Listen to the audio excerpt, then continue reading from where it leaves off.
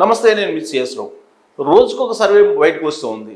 ప్రత్యేకించి సోషల్ మీడియాలో గత 24 గంటల నుంచి వైరల్ అవుతున్నటువంటి ఒక సర్వేని కనుక మనం పరిశీలిస్తే లేటెస్ట్గా దాన్ని తయారు చేసి అంచనా వేసినట్టు కనిపిస్తుంది.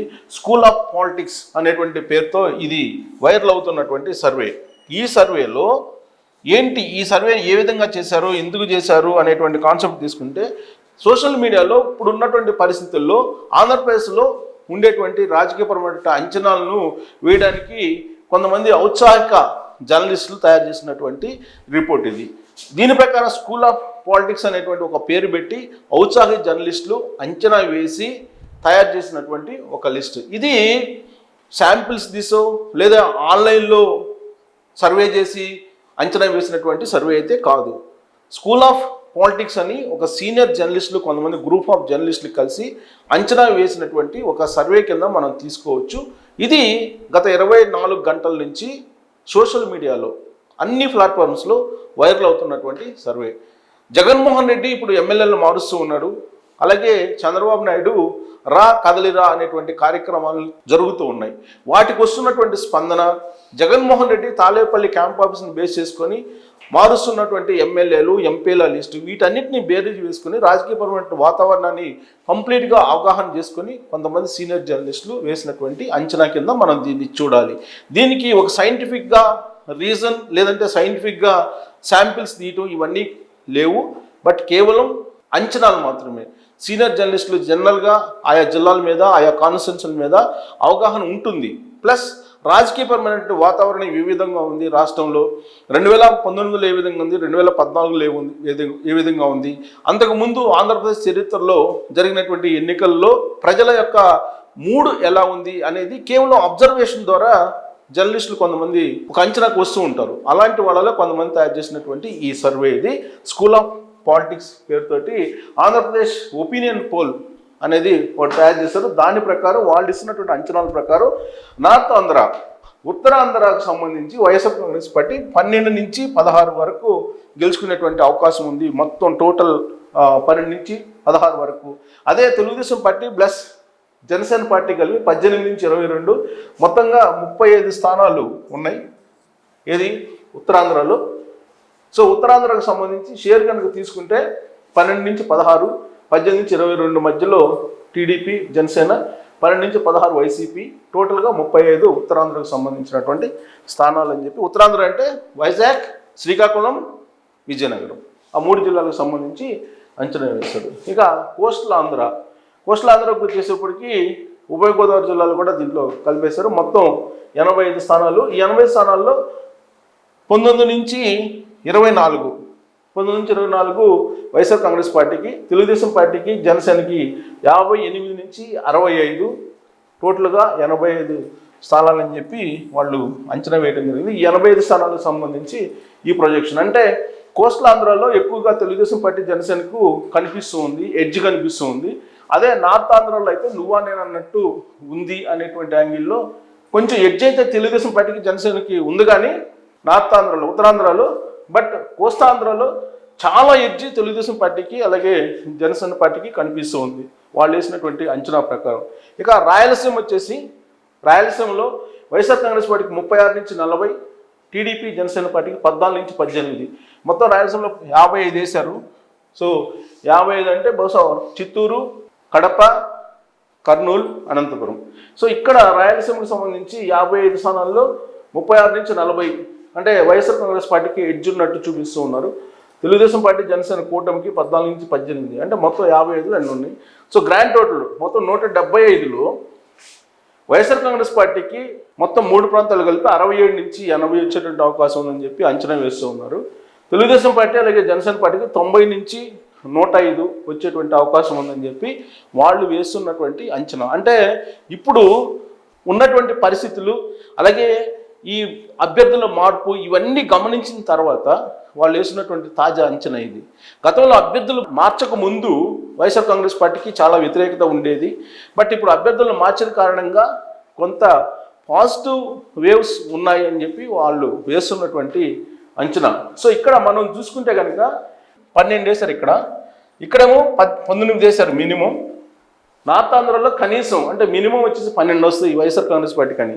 అలాగే కోస్టల్ ఆంధ్రలో మినిమం వచ్చేసి 19, రాయలసీమలో మినిమం 36, అంటే టోటల్గా 67 మినిమం, అంటే కనీసం 67 వచ్చేటువంటి అవకాశం ఉందని చెప్పి అంచనా వేస్తున్నారు. అంటే వీళ్ళు వేసినటువంటి అంచనా ప్రకారం మినిమం తీసుకుంటే కనుక, ఈ మినిమం తీసుకుంటే 12 మినిమం, ఇక్కడేమో 19 మినిమం, ఇక్కడ 36 మినిమం, కలిపితే ఇక్కడ 67 మినిమం వస్తాయి. అందుకన్నా తక్కువ అనేది వాళ్ళ యొక్క అంచనా. ఇక్కడ మినిమం వేసుకుంటే కనుక Telugu Desam party plus Janasena minimum వేసుకుంటే కనుక ఇక్కడ 18 మినిమం అన్నారు. అంటే ఇక్కడ మినిమం అయినప్పుడు ఇక్కడ మ్యాక్సిమం అవుతుంది. సో ఇక్కడ మ్యాక్సిమం అన్నప్పుడు 22 ప్లస్ ఇక్కడ మ్యాక్సిమం ఎంత 65, ఇక్కడ మ్యాక్సిమం ఎంత 18, ఈ కలిపితే కనుక మ్యాక్సిమం కలిపితే కనుక 105. సో 105 వచ్చేటువంటి అవకాశం ఉంది అని చెప్పి మ్యాక్సిమం రిజల్ట్ వస్తుంది. అంటే ఇక్కడ మినిమం అయినప్పుడు ఇక్కడ మ్యాక్సిమం వచ్చేటువంటి అవకాశం ఉంది. అప్పుడు ఇంకా అంటే ఈ మొత్తం కలిపితే కనుక మనం చూస్తే కనుక 8, 5, 13, 13, 1, 2, 15, 15 అంటే 2, 8, 2, 10, 105 వస్తాయి. ఇక్కడేమో 67 మినిమం వస్తాయి. ఇక్కడ మినిమం వస్తే ఇక్కడ మ్యాక్సిమం వస్తాయి ఈ కూటమికి. అలా కాకుండా కనుక వైఎస్ఆర్సీపీకి మ్యాక్సిమం వచ్చినాయి అనుకోండి, సపోజ్ మ్యాక్సిమం వాళ్ళు వేసినటువంటి అంచనా ప్రకారం మ్యాక్సిమం 16 ఉత్తరాంధ్రలో, 24 కోస్టల్ ఆంధ్రలో, రాయలసీమలో 40, అంటే మ్యాక్సిమం వచ్చినాయి అనుకోండి అత్యధికంగా వాళ్ళు వేసినటువంటి అంచనా ప్రకారం. Plus 16 plus 24 plus 40 equal to 80, అంటే 80 వస్తాయి అనమాట. అంటే ఏ కోసాన వీళ్ళు వేసినటువంటి అంచనా ప్రకారం మ్యాక్సిమం వచ్చినప్పటికి కూడా ప్రభుత్వాన్ని ఏర్పాటు చేసేటువంటి మ్యాక్సిమం దీనికి చేరుకోలేదు వైఎస్ఆర్ కాంగ్రెస్ పార్టీ. అంటే మ్యాజిక్ ఫిగర్కి చేరుకోలేదు అని చెప్పి మనకు తెలుస్తుంది. 175 మ్యాజిక్ ఫిగర్ ఎంత 2 8 16, 2 14, సో 88 మ్యాజిక్ ఫిగర్ అంతేనా. 216, 216 అంటే 88 మ్యాజిక్ ఫిగరు. సో 88 కంటే ఇంకా తగ్గుతాయి, మ్యాజిక్ ఫిగర్ కన్నా తగ్గుతాయి, 80 వస్తాయి. అంటే మ్యాజిక్ ఫిగర్ రీచ్ కాదు. సో కాబట్టి మ్యాజిక్ ఫిగర్ రీచ్ అయ్యేటువంటి ప్రసక్తి అయితే లేదు వైఎస్ఆర్ కాంగ్రెస్ పార్టీకి. అదే ఇక్కడ మినిమం వచ్చేసి వైఎస్ఆర్ కాంగ్రెస్ పార్టీకి, మ్యాక్సిమం కనుక టీడీపీ జనసేనకి వస్తే సో మ్యాజిక్ ఫిగర్ దాటి 105 వస్తాయి. కాబట్టి ఇక్కడ ప్రభుత్వాన్ని ఏర్పాటు చేసేటువంటి అవకాశం ఉంది. ఇంకొక లాజిక్ పాయింట్ ఏంటంటే మినిమం వచ్చినా కానీ తెలుగుదేశం పార్టీ ప్లస్ జనసేనకి మినిమం వచ్చినప్పటికి కూడా ఇక్కడ మ్యాజిక్ ఫిగర్ కన్నా ఎక్కువ ఉంటాయి, ప్రభుత్వాన్ని ఏర్పాటు చేసేటువంటి అవకాశం ఉంది.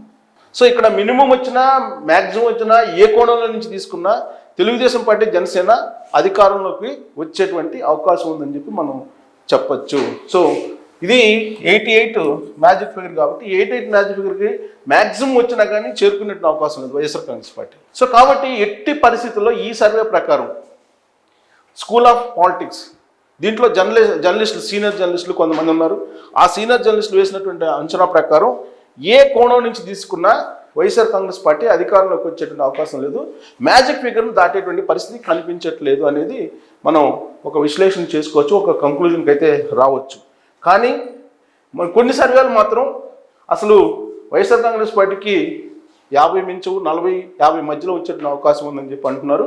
బట్ వీళ్ళు వేసినటువంటి అంచనా ప్రకారం సీనియర్ జర్నలిస్టులు కాబట్టి వాళ్ళు శాంపిల్స్ తీసుకున్నప్పటికి కూడా ఎన్నికల మూడు, ప్రచార సరళి, అలాగే క్యాంప్ ఆఫీస్లో జరుగుతున్నటువంటి తీరు, చంద్రబాబు నాయుడు కసరత్తు చేస్తున్నటువంటి తీరు, అభ్యర్థుల విషయంలో ఇవన్నీ కూడా తెలుసు కాబట్టి వాళ్ళు వేసినటువంటి అంచనా ప్రకారం ఖచ్చితంగా 100కి 100% టీడీపీ ప్లస్ జనసేన జేఎస్పీ అధికారంలోకి వచ్చేటువంటి అవకాశం ఉంది అని చెప్పి యాజ్ ఆఫ్ నో వాళ్ళు అంచనా వేస్తున్నటువంటి పరిస్థితి. ఇది ట్రెండ్ అవుతుంది సోషల్ మీడియాలో. సో దాని కంక్లూజన్ ఏంటంటే ఖచ్చితంగా చంద్రబాబు నాయుడు ముఖ్యమంత్రి అయ్యేటువంటి అవకాశం ఉంది అని చెప్పి చెప్తున్నారు. కాకపోతే మ్యాజిక్ ఫిగర్కి దగ్గరగా ఉంటుంది. మామూలుగా అయితే తెలుగుదేశం పార్టీ జనసేన అంచనా వేసుకున్న దాని ప్రకారం 140 వేసుకుంటున్నారు, 140 అబోవ్ వస్తాయి అని చెప్పి వేసుకుంటున్నారు వాళ్ళ సొంత సర్వేల్లో. కానీ అలాంటి పరిస్థితి లేదు అనేది ఈ సీనియర్ జర్నలిస్టులు స్కూల్ ఆఫ్ పాలిటిక్స్ ఇస్తున్నటువంటి ఒక అంచనా. ఇది ఒక ఒపీనియన్ పోల్ మాత్రమే. సో దీన్ని సైంటిఫిక్గా తీసుకోవడానికి లేదు, ఒక అంచనా కింద మాత్రమే తీసుకోవాలి. Thank you very much.